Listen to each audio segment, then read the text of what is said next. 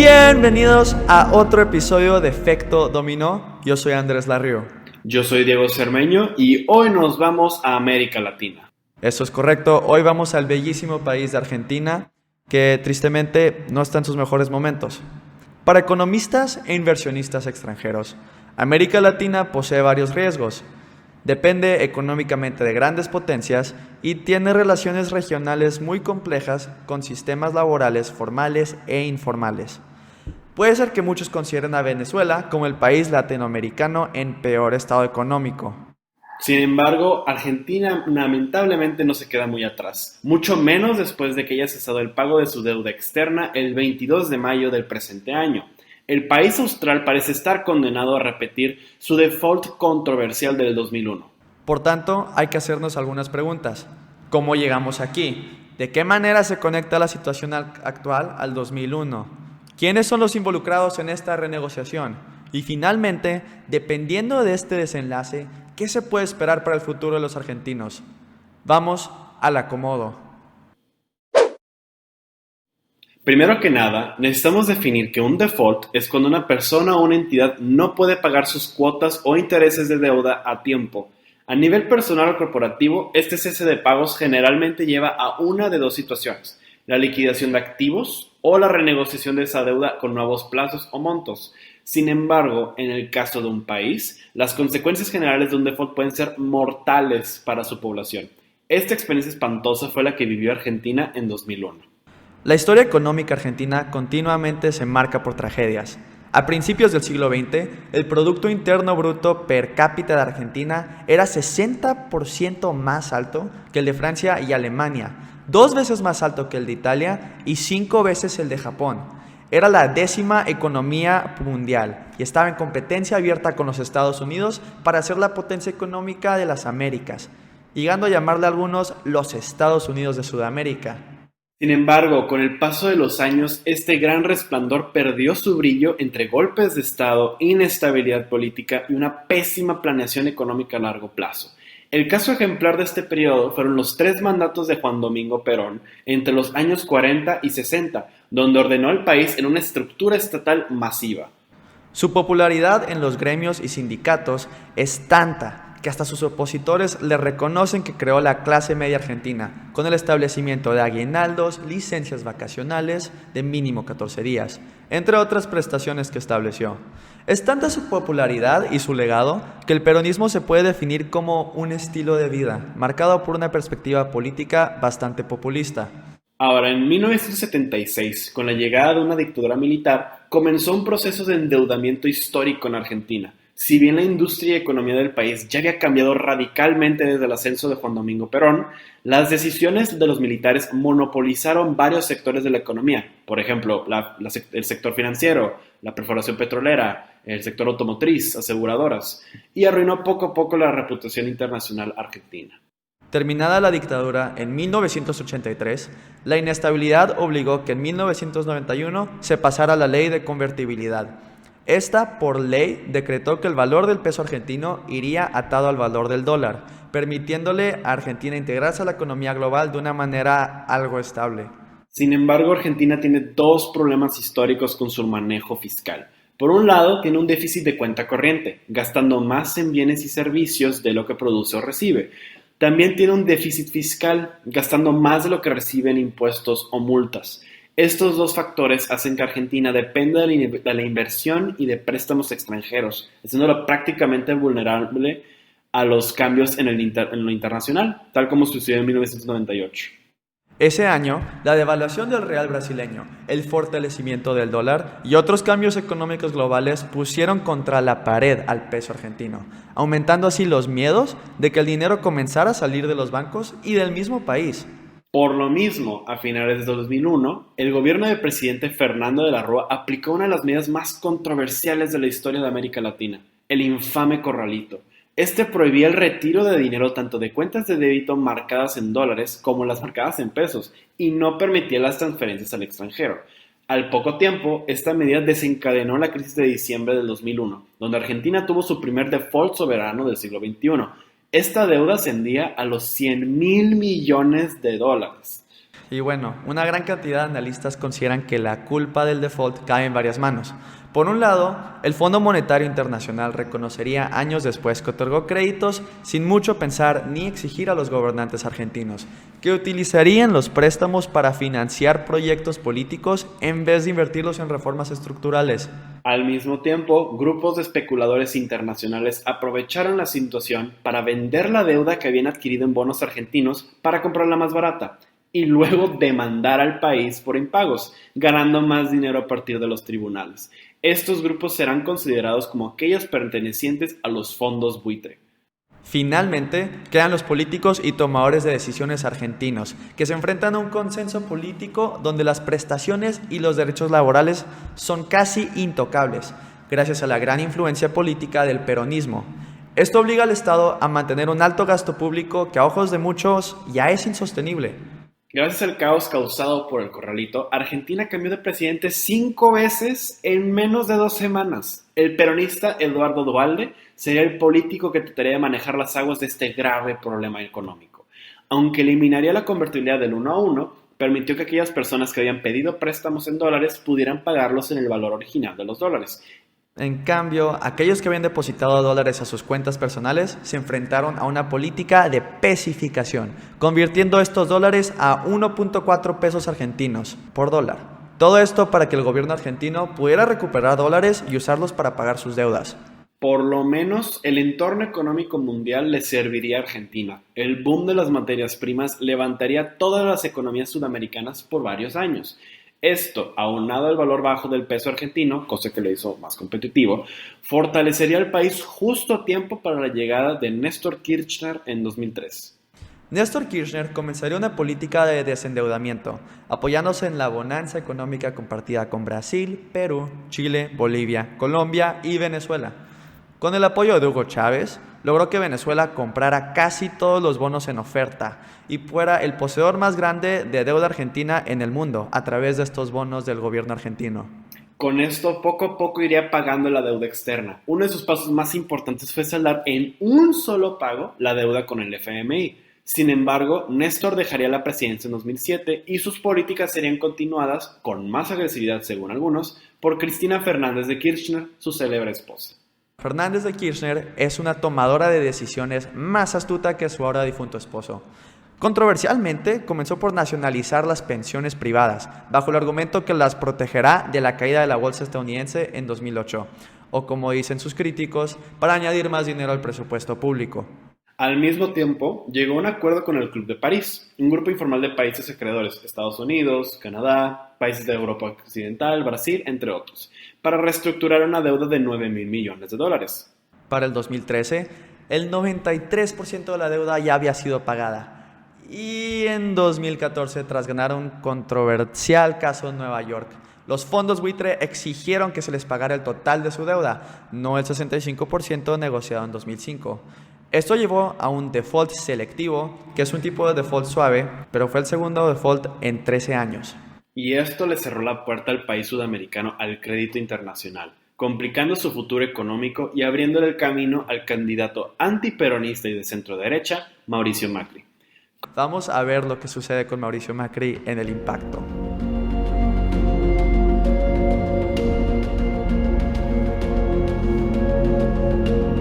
Como presidente, Macri comenzaría a liberalizar la economía.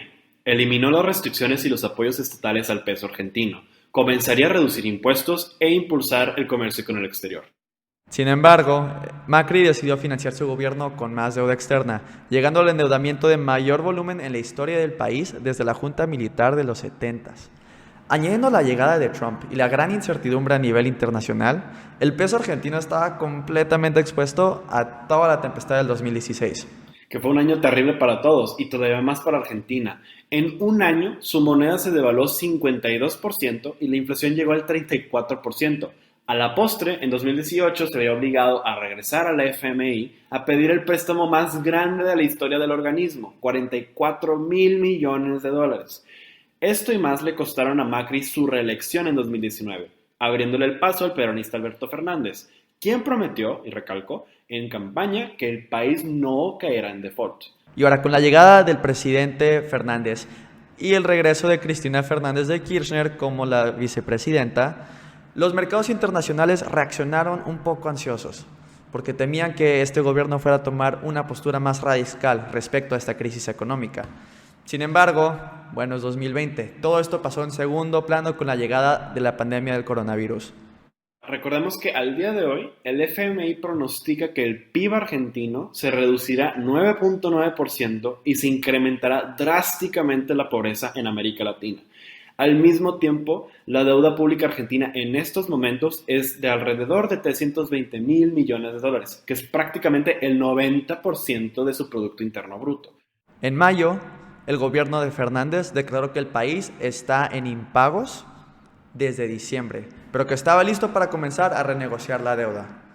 Pero el 22 de mayo de 2020, Argentina regresó al default selectivo ante casi 66.000 millones de dólares. Esto comenzó una batalla brutal entre acreedores y el gobierno de Fernández. Originalmente la propuesta de Fernández era de pagar 39 centavos al dólar de deuda y exigió un periodo de gracia de 3 años para no pagar tanto. Por razones obvias, la oferta fue duramente rechazada. La contraoferta actual es un periodo de gracia de 1 año y el pago de 53.5 centavos al dólar. En palabras del ministro de Economía argentino Martín Guzmán, la pelota está del lado de los acreedores. Sin embargo, considerando que uno de estos acreedores declaró: estuve en más de 20 reestructuraciones de deuda y nunca, antes o después, encontré representantes de un país que fueran tan engañosos, arrogantes o que demonizaran tanto a los representantes del otro lado de la mesa, hay que considerar que algunos de estos están dispuestos a estropear el trato como parte de una vendetta personal contra el gobierno argentino. Al mismo tiempo, los fondos buitres siguen siendo una amenaza constante, exigiendo pagos para enriquecerse.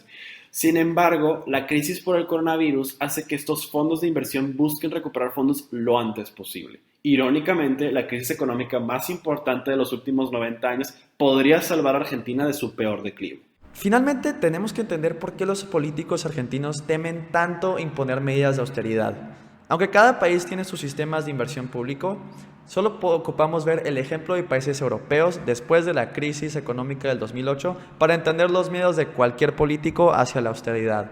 Según estudios, países europeos como España, Grecia, que fueron sometidos bajo medidas de austeridad, es decir, que fueron forzados a reducir su presupuesto público para pagar deudas, sufrieron varias consecuencias, entre ellas el alto desempleo juvenil, peores servicios públicos y de salud, una recuperación económica mucho más tardada y mayor inestabilidad política. Y claro que al reducirse la actividad económica del país, también se redujo la recaudación de fondos para el Estado, creando un ciclo vicioso de inestabilidad económica y política. La austeridad nunca es la opción preferida para los líderes políticos, por lo que tiene sentido que el gobierno argentino esté dispuesto a renegociar lo que sea necesario. Ya que tenemos todo lo que hizo el gobierno de Macri y lo que está intentando hacer el gobierno de Fernández, vamos a discutirlo en el movimiento.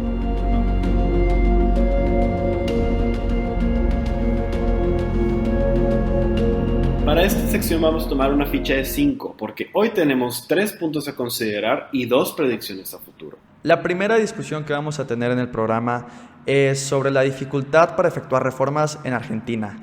Esto se debe a la influencia masiva del peronismo. Como ya les explicamos, el peronismo se debe al gobierno de Juan Domingo Perón, que implementó medidas muy populares para sectores laborales, incluyendo el establecimiento de aguinaldos, una licencia vacacional de 14 días. Claro que estos fueron cambios que beneficiaron a muchísima gente. El problema es que su modo de gobierno y su popularidad todavía existen hasta este punto. Los gobiernos se definen a ser peronistas o a ser antiperonistas. Muchos del mundo nos preocupamos por tener sistemas políticos polarizados, pero Argentina lo ha tenido desde los 40 y esa es la realidad que conoce la gran mayoría del país.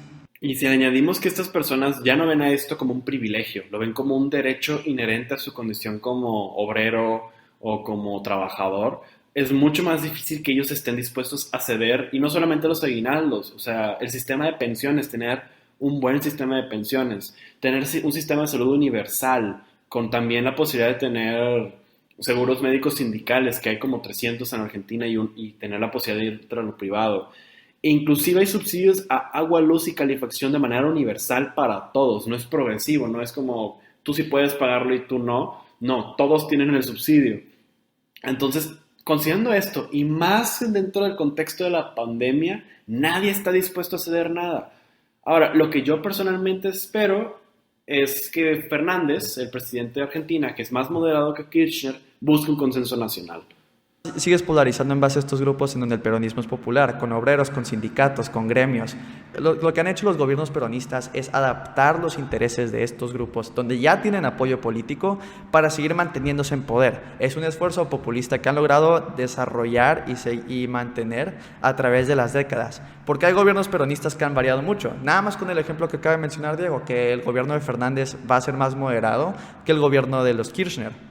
Pero inclusive ese consenso sería bueno para generar un nuevo discurso nacional, pero yo no sé si sea posible por el simple hecho que están dividiendo con el FMI, que es el segundo punto. El argentino promedio odia con una pasión al FMI y a la austeridad, porque el FMI cuando te ofrece unos préstamos, lo hace también con ciertas condiciones. Te obliga a tener cambios en la austeridad, te obliga a implementar privatizaciones, te obliga a tratar de no meter tanta mano, siendo como el Estado dentro de la economía. El problema es que Argentina económicamente funciona completamente diferente a muchos países. De hecho, un famoso economista estadounidense dijo que en el mundo de la economía hay 4 tipos de países: los desarrollados, los que están en vías de desarrollo, Japón y Argentina. Entonces, sería devastador para los argentinos perder todo esto de los que tanto se han aferrado con esta parte del FMI, y más añadiéndole la historia que ya tiene Argentina con el FMI. El FMI apoyó abiertamente con crédito internacional a la dictadura militar. El FMI no hizo lo suficiente para evitar que los gobernantes argentinos no fueran irresponsables con las deudas que adquirieron y que por ende llegaron a bancarrota en 2001. Lo que mínimo me tiene de agrado es que Argentina y el FMI en esos momentos tienen muy buena relación. Sí, pero antes de ir a ese punto, Diego, también quiero mencionar lo importante que es que no se puede implementar austeridad con este gobierno. Como un gobierno peronista en Argentina, donde ya se considera un derecho tener tantas prestaciones, puede implementar medidas de austeridad y cortar servicios públicos? Lo van a obligar a renunciar. Ningún político argentino, especialmente uno peronista, puede implementar métodos de austeridad. Ni más cuando una de las grandes banderas de Fernández era el fin de la pobreza. Sería suicidio político. Lo bueno, repito, hay apoyo del FMI e inclusive de varios economistas a la causa argentina. Y esto le pone más presión a los acreedores de estar escuchando las voces de países, de gobernantes, entre otros. Uno de los temas importantes es algo que se llama la cláusula de acción colectiva. Joseph Stiglitz, premio Nobel de la Economía, afirma que estas cláusulas, si tenemos un buen trato con Argentina, permitiría que los argentinos sean un precedente. Porque ahora, cuando tienes la mayor cantidad de acreedores diciendo vamos a irnos con este trato, todos los acreedores, todas las personas que tengan deuda argentina tienen que someterse a esos términos. Y eso iría completamente en contra de cómo funcionan los fondos buitre, porque ya no podrían estar saboteando los intentos de reestructuración como lo hicieron en 2014. Eso es muy importante porque también con solo basar la mayoría de los acreedores y los deseos de la mayoría de los acreedores, cuando esa mayoría llega a un acuerdo, todos tienen que acatar. Y eso puede hacer que cualquier renegociación pueda ser muchísimo más organizada y más civil, porque se necesita llegar a un acuerdo. Se necesita llegar a un acuerdo, o especialmente que ahora estamos en la pandemia del coronavirus, millones de personas podrían caer en pobreza. La economía de Argentina, como ya dijimos en el programa, está proyectada en cogerse más del 9%, y eso va a representar un crecimiento masivo de la pobreza del país. Y ahora vámonos al peor de los casos, ahora en esta primera predicción. ¿Qué pasa si no hay acuerdo? Para empezar, van a perder acceso a crédito internacional. O sea, adiós dinero, adiós cualquier capacidad de empezar a balancear su presupuesto, y va a tener un mayor déficit, y eso va a empujar al gobierno argentino a decidir cómo se van a querer morir. O de impuestos, más impuestos, o de austeridad. Especialmente tenemos que considerar que va a haber bastantes efectos económicos después de la pandemia. La recuperación de ciertos países podrá ser más veloz que la de otros. Si eres un país que tiene bonos basura, con uno de los peores rangos de inversión de Latinoamérica, que no va a tener acceso a capital internacional, que tiene problemas fiscales, que había estado gobernando con déficits, y aparte tu economía se va a encoger un 9%, ¿qué le puede pasar a Argentina después de la pandemia si no llega a un acuerdo? Inclusive considéralo desde el punto de vista de una empresa argentina. Nadie va a querer sacar préstamos y eso es solamente viéndolo en el contexto económico. Métele también la pandemia y están completamente en contra de la pared. Quiero recalcar que Argentina es uno de los países con una de las tasas de interés más altas del mundo, con una tasa de interés que en su máximo llegó a 52%. Están en condiciones muy, muy severas. Pero bueno, vamos a otra situación y a otra proyección que les queremos proponer. ¿Cuál sería el precedente internacional frente a esta guerra de deudas después de la pandemia? Ahora, ¿qué es la guerra de deudas? Primero que nada, con esta situación que tenemos de coronavirus, muchísimos países del mundo en vías de desarrollo, en África, en el sudeste asiático, en Sudamérica, Centroamérica, están teniendo una situación de deuda insostenible. Nada se está moviendo y ya tienen que empezar a pagar sus deudas. Entonces tenemos grupos de países que están pidiendo o una reestructuración de deuda como lo está haciendo Argentina, o completamente cancelar las deudas, que las paguen los países más ricos. Eso sería importante, porque digamos que Argentina logra un trato, es el precedente de cómo se van a negociar las deudas en el mundo del coronavirus o post-coronavirus. Y esto es importante, porque si tiene un buen resultado Argentina, eso significa que países como Nigeria o Senegal, Bolivia, Turquía inclusive, ¿cómo van a empezar a negociar? ¿En qué planos, en qué términos va a venir el Fondo Monetario Internacional a comportarse y querer discutir la deuda? Y quiero recalcar también otro componente de esta guerra de las deudas, que no solamente está el problema que los países que están en vías de desarrollo necesitan el dinero y no pueden pagar sus deudas o quieren limitar la cantidad de dinero que tienen que pagar de sus deudas. Los países más ricos también tienen economías que van a sufrir y están intentando recuperar todo el capital que puedan para invertir en el rescate al coronavirus. Entonces tienes este problema en el que países más chicos y en vías de desarrollo no pueden pagar y tienes países más adinerados que necesitan esos fondos para su propio país. Por eso es un problema tan complicado. Uno de los principales agentes en esto es el gobierno chino, quien tiene muchísimos préstamos en países en vías de desarrollo y ahora no sabe qué tienen que hacer. Y lo que más necesita en este momento el sistema internacional más globalizado, más liberal, por así decirlo, que le hace contraparte a China, es mostrarse como una mejor opción. Al día de hoy en América Latina, el gobierno chino ha metido más dinero como prestamista a gobiernos latinoamericanos que el Banco Interamericano de Desarrollo.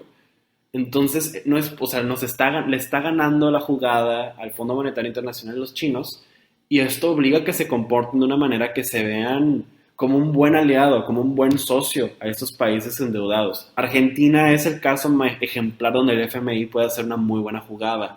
Al mismo tiempo, los acreedores tienen que ser más tolerantes a la posibilidad de que van a perder dinero. Y es mucho mejor recuperar el 53 o 60% de la inversión a no recibir nada, en mi opinión. Sí.